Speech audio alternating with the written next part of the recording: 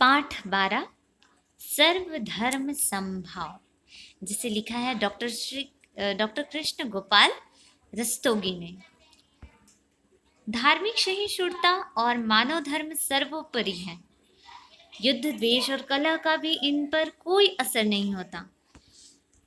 मानव कल्याण, विश्व बंधुत्व की भावना हर मनुष्य में सर्वोपरि होती है।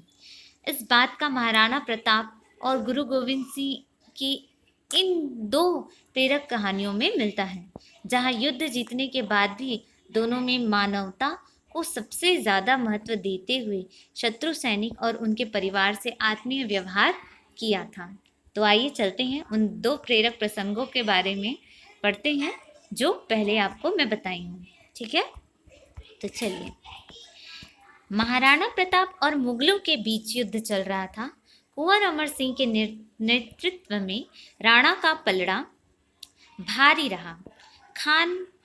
खाना और उसकी सेना को मैदान छोड़ना पड़ा। अमर सिंह ने मुगलों की स्त्रियों, बच्चों, परिवार वालों और सैनिकों को बंदी बना लिया। महाराणा प्रताप ने जब लड़ाई में जीतने का समाचार सुना तो वे कुंवर अमर को बधाई देने स्वयं आए। परंतु जब महाराणा को पता चला कि कुंवर ने मुगलों की स्त्रियों और परिवार वालों को बंदी बना लिया है तो वे अत्यंत क्रुद्ध होकर बोले, कुंवर, लड़ाई जीतकर तुमने जो स्थान मेरे हृदय में प्राप्त किया था वह समाप्त हो गया है। तुम नहीं जानते तुमने मुगलों की स्त्रियों और परिवार वालों को बंदी बनाकर कितना बड़ा अपराध किया है। हमारी शत्रुता मुगल साम्राज्य से है, किसी व्यक्ति विशेष से नहीं। उनकी स्त्रियां भी हमारी माँ बहनों के समान हैं। राणा प्रताप ने स्वयं जाकर खाना की बेगम से भेंट की और कुंवर के अपराधों के लिए क्षमा मांगी। उन्होंने आदेश दिया कि मुगलों की स्त्रियां और बच्चे सम्मानपूर्वक मुगलों के पास पहुंचा दिए जाएं। अकबर ने जब देखा कि मुगलों की स्त्रियां और बच्चे राजपूतों के संरक्षण में सकुशल लौट रहे हैं तो उनका सिर भी महाराणा प्रताप की धार्मिक सहिष्णुता के सामने आदर से झुक गया।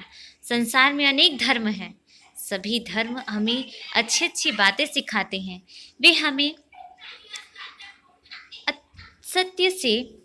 सत्य की ओर, बुराई से अच्छाई की ओर तथा पाप से पुण्य की ओर ले जाते हैं। हमारा कर्तव्य है कि हम सभी धर्मों का आदर करें। भारतीय संस्कृति में तो विशेष रूप से कहा गया है कि किसी भी धर्म की निंदा मत करो। तो ये आपको समझ में आया कि महाराणा प्रताप की प्रसंग। दूसरा प्रसंग है गुरु गोविंद सिंह का। ऐसी ही घटना है जो हम आगे पढ़ेंगे। एक बार गुरु गोविंद सिंह को सूचना मिली कि किसी शत्रु ने उनके राज्य के किसी भाग पर अचानक हमला कर दिया। उन्होंने अपने सैनिकों से उसका मुकाबला करने को कहा। युद्ध हुआ और उसमें सिखों की जीत हुई। अगले दिन गुरु के कुछ शिष्यों ने एक सिख सैनिक को उनके सामने प्रस्तुत किया और कहा, गुरुजी, यह युद्ध के मैदान में सिख भाइयों के साथ दुश्मन के घायल सिपाहियों को भी पानी पिला रहा था। लगता है यह दुश्मन से मिला हुआ है, उसे दंड मिलना चाहिए। गुरु गोविंद सिंह ने उस युवक से पूछा, क्या यह सच है कि तुम युद्ध भूमि में शत्रु की सेना के घायल सिपाहियों को पानी पिला रहे थे? तो वो व्यक्ति बोलता है, हाँ महाराज, यह बिल्कुल सच है। वह बोला, पर क्या शत्रु के सैनिक को पानी पिलाना उचित है? गुरु ने पूछा, श्रीमान, आपने ही एक बार बताया था कि सभी मनुष्यों में एक ही आत्मा है। इसी बात को ध्यान में रखकर मैंने उन्हें पानी पिलाया। यदि मुझसे कोई अपराध हो गया है तो आप मुझे दंड दे सकते हैं। महाराज, वह युवक बोला। गुरु गोविंद सिंह उस युवक के उत्तर से बेहद खुश हुए। उन्होंने कहा, मुझे खुशी है कि मेरे सारे शिष्यों में से धर्म का वास्तविक अर्थ केवल तुम्ही ने समझा है। तुमने दुश्मन के घायल सैनिकों को पानी पिलाकर कोई अपराध नहीं किया। तुमने गुरु नानक की वाणी को सही तरह से समझा ही नहीं, अपने आचरण में भी उतारा है। एक सैनिक की शंका प्रकट की, यदि युद्ध में घायल पड़े शत्रु सैनिक को पानी पिलाना धर्म का काम है तो फिर उसी सैनिक को युद्ध में मार गिराना तो अधर्म होना चाहिए। युद्ध में शत्रु सैनिक का सामना करना राष्ट्र धर्म है, जबकि घायल सैनिक को पानी पिलाना मानव धर्म है। किसी घायल, असहाय या दुर्बल व्यक्ति से केवल इसलिए घृणा करना कि वह दूसरे धर्म का अनुयायी है उचित नहीं है। ऐसा किसने कहा? गुरु गोविंद सिंह ने। हमारा देश भारत ऐसा देश है जहाँ अनेक धर्मों के लोग रहते हैं। भारत के संविधान के अनुसार सभी को धार्मिक स्वतंत्रता प्राप्त है।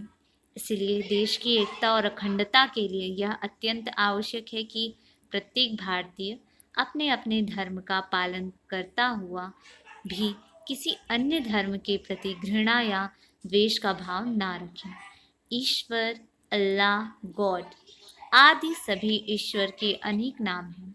गांधी जी अपने भजन में ठीक ही गाया करते थे, ईश्वर अल्लाह तेरे नाम, सबको सन्मति दे भगवान।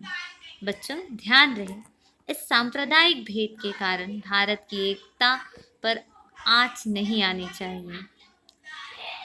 है सांप्रदायिक भेद से कब ऐक्य मिट सकता हो, बनती नहीं क्या एक माला विविध सुमनों की कहो। ऐसा किसने कहा था? मैथिली शरण गुप्त ने। कि हमें सांप्रदायिक भेद को मिटाकर एकता की भावना कायम करनी चाहिए। सांप्रदायिक भेद होने से हमारी एकता मिटनी नहीं चाहिए कि हम अलग अलग धर्म के हैं, अलग अलग संप्रदाय के हैं, ऐसा कहकर हमारी एकता कभी नहीं मिटनी चाहिए। आपको पता है कि जब अलग अलग फूल होते हैं और उन्हें जब एक ही रस्सी में, एक ही धागे में पिरोया जाता है तो वो एक माला बनती है। उसी प्रकार हम अलग अलग धर्म के होकर भी हमारे में एकता होनी चाहिए। हमें सभी धर्मों का सम्मान करना चाहिए। तो आपने पढ़ा है, तो ये पाठ आपको अच्छे से समझ में आया होगा। पाठ अच्छे से पढ़ेंगे तो प्रश्नों के उत्तर भी आसानी से कर लेंगे। शब्दार्थ आप लिख लेंगे, अच्छे से पढ़ लेंगे, याद कर लेंगे।